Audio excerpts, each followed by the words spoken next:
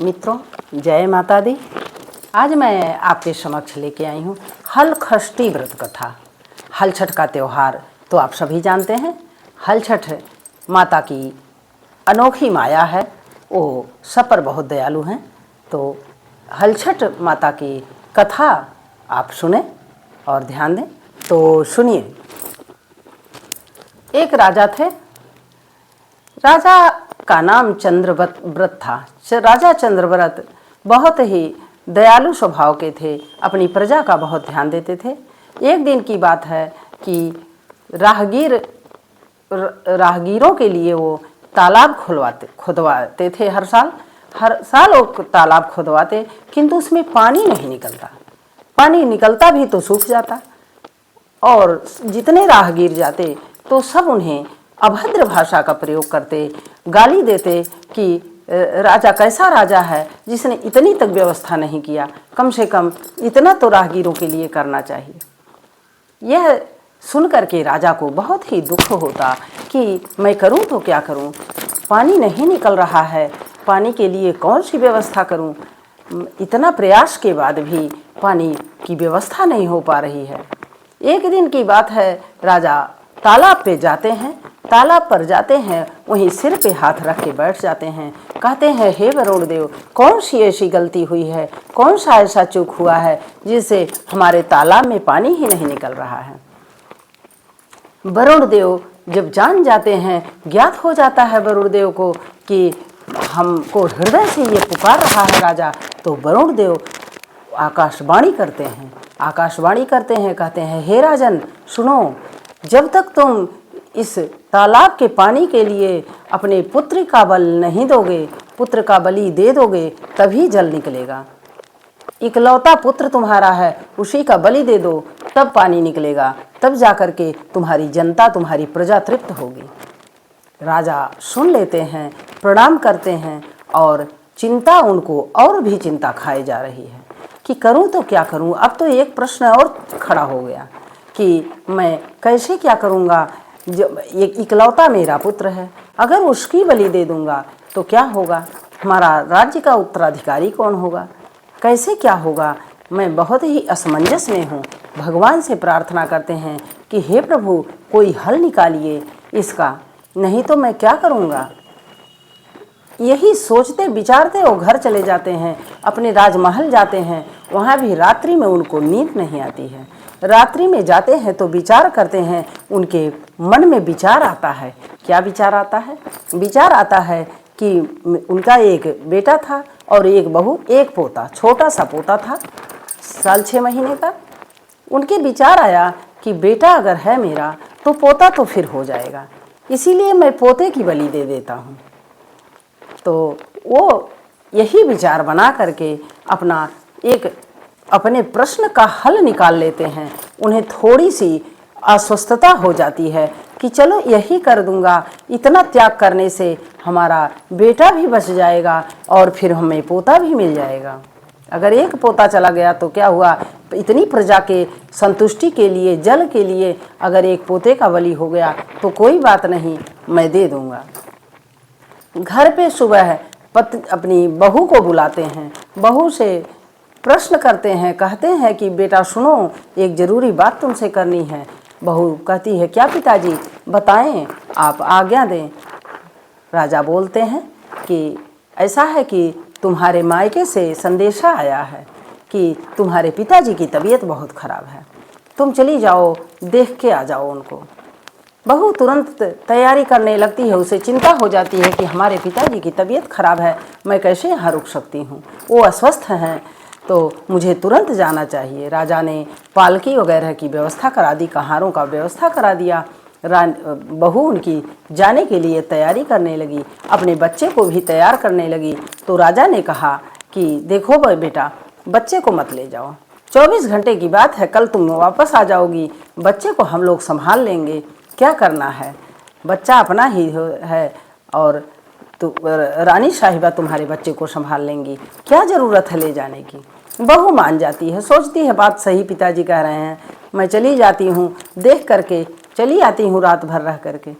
वहाँ जाती है बहू, और इधर क्या होता है, इधर राजा रात्रि में ले जा करके अपने उस पोते का बलि दे देते हैं। जब राजा बलि दे देते हैं तुरंत तालाब में लबालब पानी भर जाता है। लबालब पानी भर जाता है तो पूरे राज्य में शोर मच जाता है, ढिढोरा पिट जाता है कि राजा के इस तालाब में पानी निकल आया, और सब लोग राजा की जय जयकार करने लगते हैं। तो वहाँ भी उसके मायके भी चला जाता है, संदेशा पहुँच जाता है धीरे धीरे संदेश कि राजा के तालाब में पानी निकल आया। बहू सुनती है, वो भी प्रसन्न हो जाती है, कहती है बहुत अच्छी बात है, हमारे पिताजी के तालाब में पानी निकल आया, मैं चल रही हूँ उसी रास्ते जाऊँगी, मैं देखूँगी कम से कम। दूसरे दिन हलखष्टी का त्यौहार रहता है, तो उसकी माँ बोलती है, और उधर जब जाती है तो तबीयत किसी की नहीं खराब रहती है।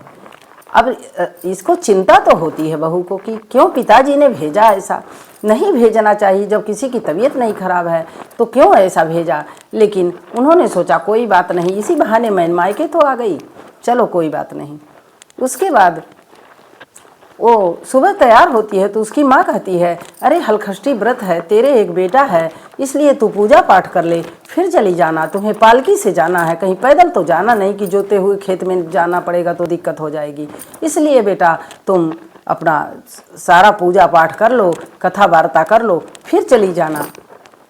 बेटी मान जाती है, कथा वार्ता करके पूजा पाठ करके हलछठ माता से निवेदन करके कि मेरे बेटे को दीर्घायु करें, मेरे बेटे को हर प्रकार से सुरक्षित रखें माँ, यह सब प्रार्थना करके हृदय के स्थल से, और वो पालकी में बैठती है, जाने लगती है।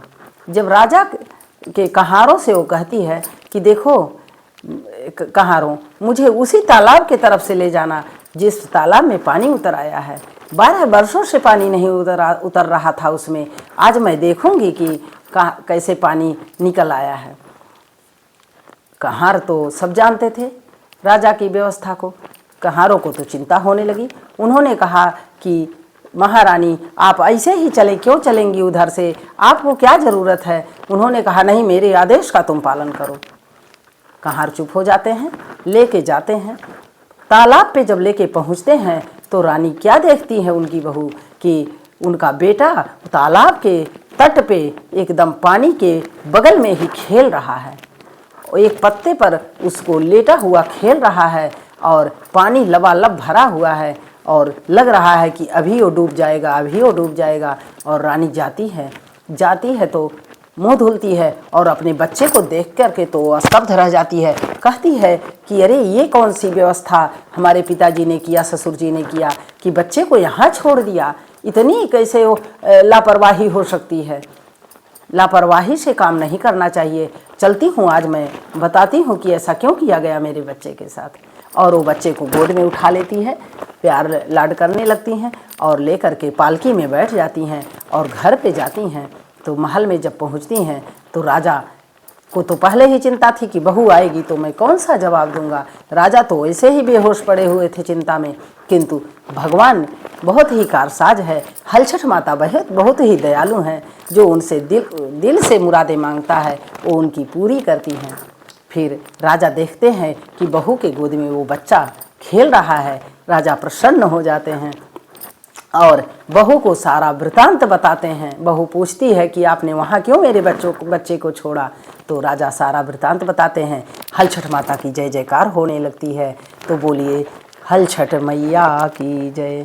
माता जैसे उनके बच्चे को सुरक्षित किया वैसे सबके बच्चे को सुरक्षित करें, दीर्घायु करें। हलछठ माता की जय। दूसरी कहानी सुनिए। दूसरी कहानी मैं सुनाती हूँ। एक राजा थे, राजा का नाम था सुव्रत और उनकी रानी का नाम था सुवर्णा। सुवर्णा और राजा सुव्रत बहुत ही अच्छे राजा थे, प्रजा के बहुत ही पालन करता थे। उनकी एक दाई थी, उसका नाम धाय था। धाय नाम से उसे पुकारा जाता था। वो धाय उनके एक राजकुमार था, उसी की सेवा करती, उसी के साथ वो उठती बैठती खिलाती खेलती, यही उसका काम था। तो राजा का लड़का जो है अपनी माँ को ज़्यादा नहीं समझता, धाय माँ को ज़्यादा समझता, उन्हीं के पास खेलता। जो प्रेम देगा उसी के पास तो इंसान जाता है। तो बच्चे भाई बच्चे तो बच्चे होते हैं। तो धाय का प्रतिदिन का नियम था, वो गंगा स्नान जाती थी। गंगा स्नान जाती तो वो उसका भी एक बेटा था, धाय का भी एक बेटा था और इसका भी, राजा का बेटा, दोनों एक ही उम्र के थे। दोनों साथ में खेलते और ये धाय अपना खिलाती। एक दिन धाय गंगा स्नान जा रही थी तो राजा के बेटे ने कहा कि दाई माँ मैं भी चलूँगा, दाई माँ मैं भी चलूँगा। तो राजा के बेटे ने कहा, दाई ने कहा कि नहीं, तुम मत चलो बेटा, वहाँ गंगा की लहर तेज होती है, मैं तुम्हें नहीं जाने दूंगी। लेकिन वो नहीं मानता है। जब नहीं मानता है और इसका बेटा मान जाता है, वो अकेले चला जाता है राजकुमार। अब ये मजबूर होकर के ले जाती है, कहती है बेटा बैठो, मैं नहा लेती हूँ, नहा धो के गंगा माता का पूजा कर लेती हूँ, फिर चलती हूँ। राजा का लड़का, अब बच्चा तो था ही 10-12 वर्ष का, उसने इधर ये नहाने लगी, उधर वो गोमुख से उसके बच्चे को निगल गया तो उसी जल में प्रवाहित हो गया। जल में लड़का प्रवाहित हो गया, राजा का बेटा। तो अब राजा, अब तो ये बेचारी बहुत परेशान हो गई कि अब क्या होगा, राजा तो मेरा बलि चढ़ा देंगे, मैं कैसे जवाब दूंगी उन्हें, क्या कहूँगी कि मेरा क्या होगा आज। वह सोच करके भगवान से प्रार्थना करने लगी कि हे प्रभु, अब मैं क्या करूं, मेरे पास कोई विकल्प नहीं है। यही सोच के वो आती है, रोते रोते घर पे आती है। घर पे आती है, सारी बात राजा से बताती है। राजा से वो बताती है कि हे राजन, यही गलती हो गई, आपका बेटा उसी में प्रवाहित हो गया। राजा ने कहा कि अब तुम्हें इसका दंड तो देना पड़ेगा, जब तुम्हारे बेटे को मैं बलि दूंगा तब तुम्हें पता चलेगा कि बेटे का दर्द क्या होता है। राजा ने उसके बेटे को भार में झोंकवा दिया। निर्दयी थे राजा। बदले की भावना जो होती है इंसान को पशु बना देती है। राजा के अंदर बदले की भावना पनपी और राजा ने उसको भार में झुकवा दिया। भार में झुकवा दिया। दाई माँ बेचारी रोते बिलखते रह गई और उसको भी देश निकाला दे दिए। वो चली गई अपना, जाते जाते जंगल में, बहुत बड़े जंगल में चली गई। वहाँ जहाँ कुश गडरा सब यही सब रहता, वो जंगल में क्या रहता है, महुआ का पेड़ था, वहीं पे रहती, वही महुआ का फल का सेवन करती, वही 2-4 ठू खा लेती और भगवान से विनती करती कि हे प्रभु, कौन सी ऐसी चूक मुझसे हुई कि इतना बड़ा दंड मुझे मिला है, मेरा बेटा भी चला गया, मेरी ये दुर्दशा है, मुझे न घर है न बार है, मैं क्या करूं, मेरी समझ में नहीं आ रहा है। ऐसे करते करते 12 वर्ष बीत गया। 12 वर्ष छठ माता की पूजा उसने किया। हल छठ माता की वहाँ कुछ औरतें पूजा कर रही थी, तो प्रथम वर्ष से ही उसने शुरू कर दिया और हल छठ माता से यही प्रार्थना करती कि हे माता, राजा का पुत्र जिंदा हो जाए। वो अपने पुत्र को नहीं कहती, राजा के पुत्र के बारे में वो कहती। जब दूसरे के बारे में इंसान दूसरे का भला मनाता है तो अपना भला स्वयं हो जाता है। वो यही प्रार्थना करती कि हे माता, राजा के बेटे को जिंदा कर दीजिए, मेरा ये कलंक मिट जाए। हल छठ माता की कृपा से राजा का बेटा गोमुख ले आकर के गोमुख की लहर छोड़ देती है और राजा का बेटा वापस आ जाता है। पूरे राज्य में शोर हो जाता है कि राजा का बेटा वापस आ गया। तो बहुत ही, ये भी सुनती है तो बहुत प्रसन्न हो जाती है और हल छठ माता की कृपा से इसका बेटा भी वापस आ जाता है। जिस भार में वो झोंके थे उसी भार से निकल आता है। तो हल छठ माता की कृपा से दोनों लोगों का पुत्र सुख में जो बाधा थी, संतान सुख में जो बाधा थी, वो सारी बाधाएं संपन्न होती हैं और हल छठ माता की दया से दोनों लोगों के पुत्र जिंदा हो जाते हैं। तो इस प्रकार हल छठ माता की कृपा प्राप्त करें और बोलिए हल छठ माता की जय। तीसरी कहानी सुनाती हूँ। तीसरी कहानी सुने। एक ग्वालन थी, सास बहू दोनों रहती थी। तो सास बहुत ही धार्मिक विचार की थी। उसने कहा कि अपनी बहू से कहा, हलछठ का त्यौहार था, हलछठ के त्यौहार में गाय के दूध का सेवन नहीं किया जाता है, भैंस के दूध का सेवन, दही का सेवन करते हैं हम लोग। तो सास ने कहा, देखो बहू, दही बेचने जाओगी तो दूध, गाय के दूध का अलग दही जमाना, भैंस के दूध का अलग जमाना। आज के दिन भैंस का दूध ही देना सबको, जो व्रत वाले लोग होंगे, और गाय के दूध को अलग करना। लेकिन चालाक बहू ये मानी नहीं, उसने सारे दूध को एक में मिला दिया और सबको वही भैंस का दूध कह करके ले गई, पूरे गांव में बेच आई। पूरे गांव में जब बेच आती है तो सभी औरतें बेचारी निश्चल भाव से ले लेती हैं कि भाई कोई कह रहा है कि भैंस का दूध है, दही है, तो हम क्या करेंगे भाई, ले लेंगे, चुपचाप ले लेती है। और सभी औरतें जब ले लेती हैं, ये पैसा गांठ करके लेके चली आती है। जब चली आती है तो घर पे क्या देखती है, उसका बेटा 4-5 साल का बेटा था, वो घूर पे एक कूड़ा जो रखा जाता है, उसी घूर पे उसका बेटा मरा हुआ पड़ा हुआ है। उसका जो मृतक शरीर वैसे पड़ा हुआ है और इधर इसके पूरा परिवार रो रहे हैं। अब वो ये पहुंचती है तो इसे बड़ा दुख होता है। इसने कहा ये क्या हो गया। उसकी सास ने कहा जरूर कोई ना कोई गलती हुई है, कोई ना कोई चूक हुआ है, हलछट के दिन कैसे बच्चा मर जाए, ऐसा न कोई तुमने कुछ किया है। इसने बताया कि मैंने यही गलती कर दिया है और मुझे ऐसा नहीं करना चाहिए था। तो जब बताती है तो सास कहती है पहले तुम जाओ, सब कुछ छोड़ के जाओ, पूरे गांव में सबका पैसा वापस करके आओ और सबसे बता के आओ कोई इस दही को खाएगा नहीं, जो व्रती लोग हैं। तब जा कर के वो जाती है, घर घर में क्षमा मांगती है और सबसे ये बताती है कि इस दही का सेवन मत करिएगा व्रत में, और सबसे पैसा सबका वापस कर देती है। तो सभी लोग दुआ करते हैं उसके लिए, उसका बेटा जीवित हो जाता है। तो बोलिए छठ माता की जय। चौथी कथा मैं सुनाती हूँ आपको। चौथी कथा सुने। चौथी कथा भगवान गणेश की है। भगवान एक बार गौरा माता ने कहा गणेश जी से कि जाओ कुछ हलछठ के त्योहार के माताओं का कुछ परीक्षा लेके आ जाओ बेटा। माता तो वही हैं, चाहे हलछठ माता हो, चाहे दुर्गा माता हो, चाहे काली माता हो, सब उनके रूप अनेक हैं, माता तो एक हैं। तो माता ने कहा कि जाओ, चले जाओ संसार में, देखो क्या कैसे कौन क्या करता है। गणेश जी क्या करते हैं, एक बालक के रूप में अपना एक चम्मच में इतना सा इतना सा दूध और 1 चम्मच चावल लेके आते हैं। 1 चम्मच चावल और 1 चम्मच दूध लेके घूमते हैं, सबके घर जाते हैं छोटी छोटी कटोरी में, किसी का मेरे लिए खीर बना दो। सभी महिलाएं हंसती हैं, कहती हैं अरे पागल लड़का है, अरे इतने में दूध में कौन सी खीर बनेगी, नहीं बन पाएगी, ले जा तू। पता नहीं कहाँ से दलिद्र चले आते हैं, ऐसी भाषा का इस्तेमाल करती हैं वो लोग। और पूरे गांव में गणेश भगवान घूमते घूमते थक गए, कोई महिला उनका दूध लेने के लिए तैयार नहीं हुई।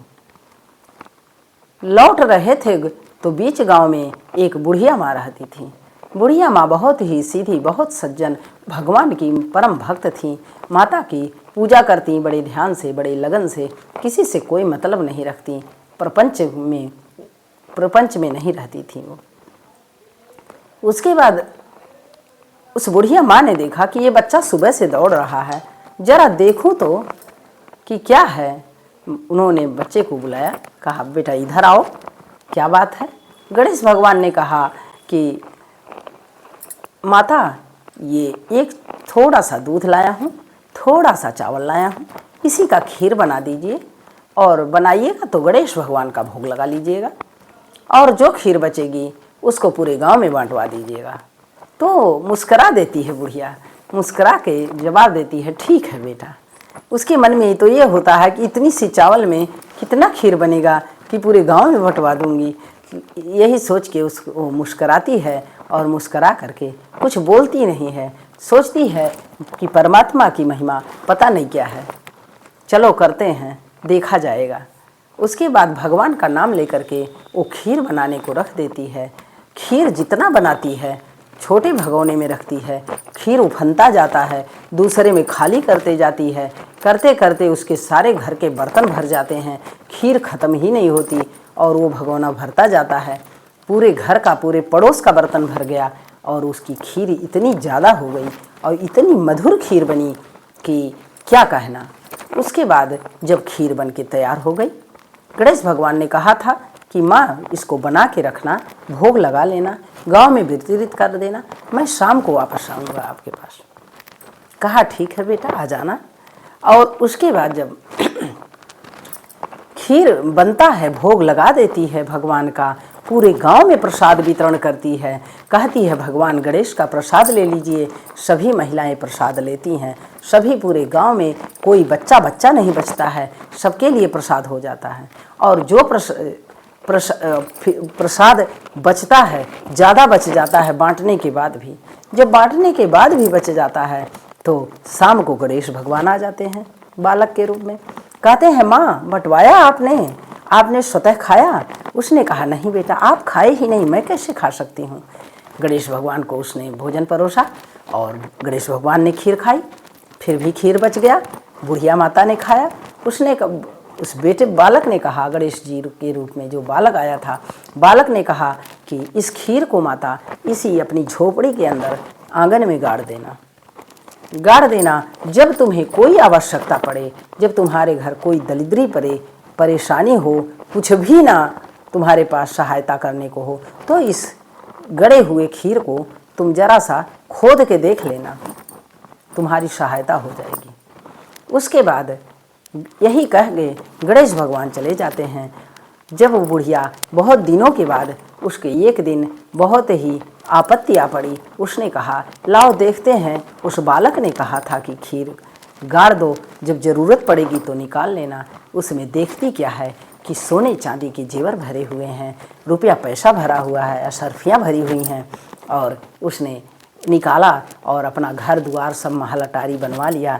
तो छलछट माता की कृपा से किसी को तिरस्कार नहीं करना चाहिए, सबको सम्मान देना चाहिए, किसी पर हंसना नहीं चाहिए, किसी को छोटा नहीं समझना चाहिए। यही इस कथा का मतलब है।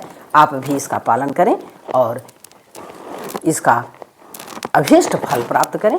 तो बोलिए हल छठ माता की जय। छठवीं कहानी सुने, पांचवी कहानी सुनिए। एक बार माता देवकी की बात है। माता देवकी के जब 6 संतानों को कंस ने मार दिया, 6 संतानों को जब कंस ने मार डाला तो ब्रह्मा जी को भी चिंता हो गई। ब्रह्मा जी को बहुत चिंता हो गई। ब्रह्मा जी ने कहा कि बहुत ही अनर्थ हो रहा है संसार में, क्या होगा, इतना पापाचार कि 6 बच्चों को ये मार डाल रहा है, क्या होगा इसका। तो कहते हैं अब 7वीं संतान को किसी भी तरीके से बचाना है। तो एक दिन ब्रह्मा जी सोचते सोचते नारद जी को बुलाते हैं, अपने मानस पुत्र नारद जी को बुलाते हैं। नारद जी से कहते हैं कि बेटा इधर आओ। नारद जी आते हैं, कहते हैं पिता मैं आपको सादर प्रणाम करता हूँ, आज्ञा दें, क्या करना है मुझे।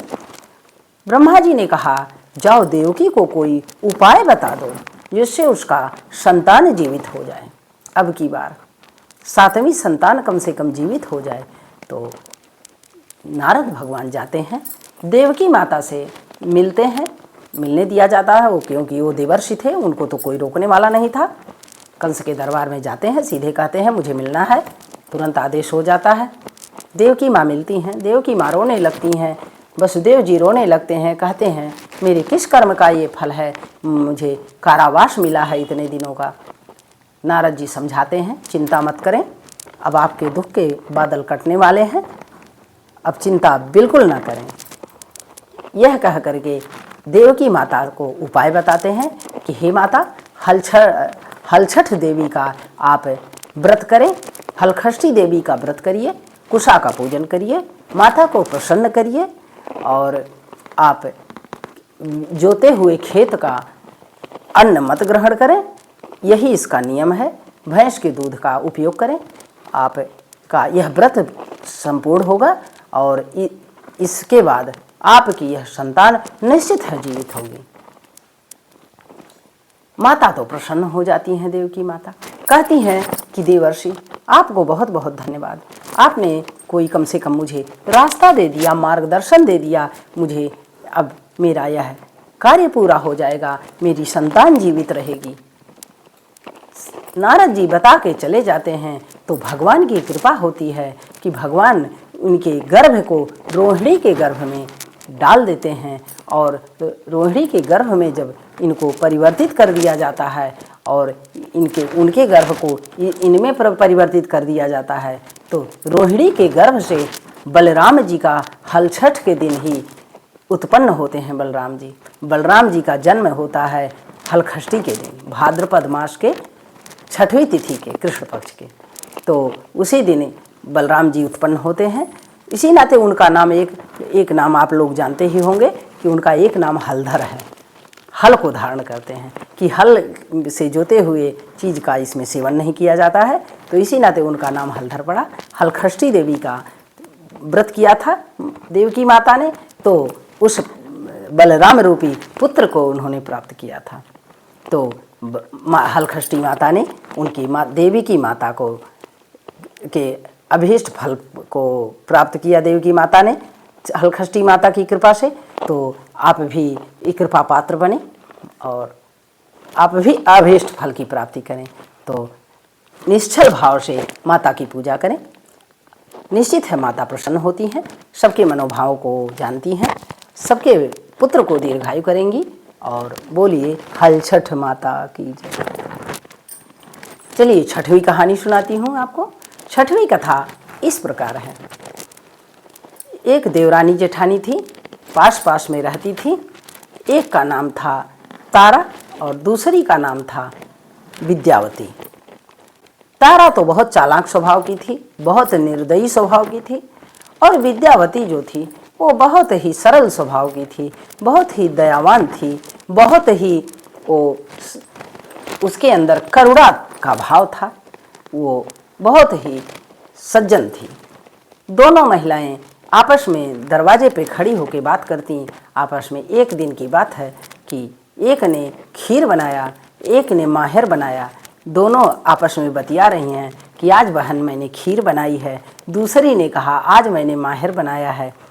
तो कहा कि तो क्या की बना करके खाई तुम? उसने कहा नहीं, आंगन में रख दी हूँ, अभी ठंडा होगा तब खाएंगे। उसने भी कहा मैंने भी आंगन में रख दिया है, ठंडा होगा तब खाऊंगी। दोनों आपस में वार्तालाप कर रही हैं। वार्तालाप में इतनी व्यस्त हो गई कि उन्हें सुध ही नहीं रही कि दरवाज़ा खुला हुआ है।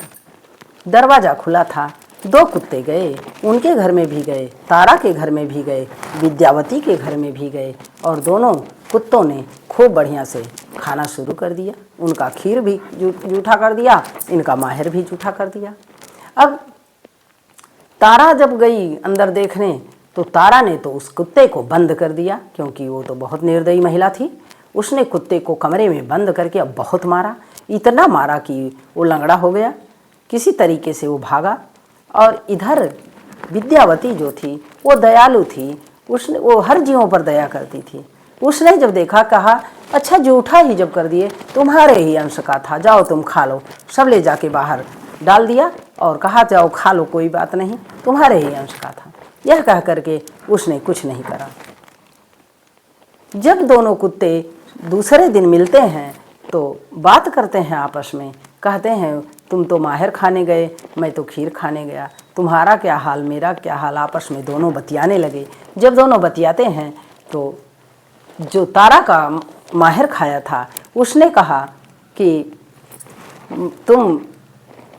वो तो इतनी निर्दयी महिला थी कि उससे मैं यही भगवान से प्रार्थना करता हूँ कि मैं अगले जन्म में भी उसका बेटा बनूं, और उस बेटा बन के उसे मैं इतना प्रताड़ित करूं कि जितना उसने मुझे मारा है उतना ही दुख वो प्राप्त करे। बदले की भावना रहेगी ही, इतना ज़्यादा प्रताड़ना नहीं देना चाहिए किसी जीव को। इधर विद्यावती के घर जो कुत्ता आया उसने कहा कि अरे वो तो बेचारी बहुत सज्जन थी, मैं तो यही सोचता हूँ कि हे भगवान, हे माता, आप अगर मुझे जन्म दीजिएगा तो इनकी कोख में इनका बच्चा बना के दीजिएगा। बहुत ही दयालु हैं, बहुत ही अच्छी हैं, इनका बेटा बनने के मैं इनकी सेवा करूँगा तो धन्य हो जाऊँगा मैं ऐसी देवी का सेवा करके। ये दोनों वार्तालाप करते हैं। दोनों कुत्ते जब मरते हैं तो ये पुत्र बन के आता है और इसकी खूब सेवा होती है, दीर्घायु पुत्र प्राप्त करती है। और ये तारा जो है, तारा का पुत्र हर साल मरता है ये प्रताड़ना देता है वह कुत्ता कि हर साल मैं मरूंगा, हर साल तुम देखो, और हलखष्टी के दिन ही मर जाता है। जब 5 साल का दिन बीत जाता है, 5 साल के बाद वह सोचता है कि अब क्या होगा। इसके बाद उसने बहुत ही दुख से वो सोचती है कि अब करूं तो क्या करूं। वो भगवान से प्रार्थना करती है, हलखष्टी माता से प्रार्थना करती है कि हे माता क्या हुआ। तो हलखष्टी माता बताती हैं कि ऐसे कृत्य नहीं करना चाहिए। तो यही रही 6 कहानियाँ। बोलिए हलखष्टी माता की जय।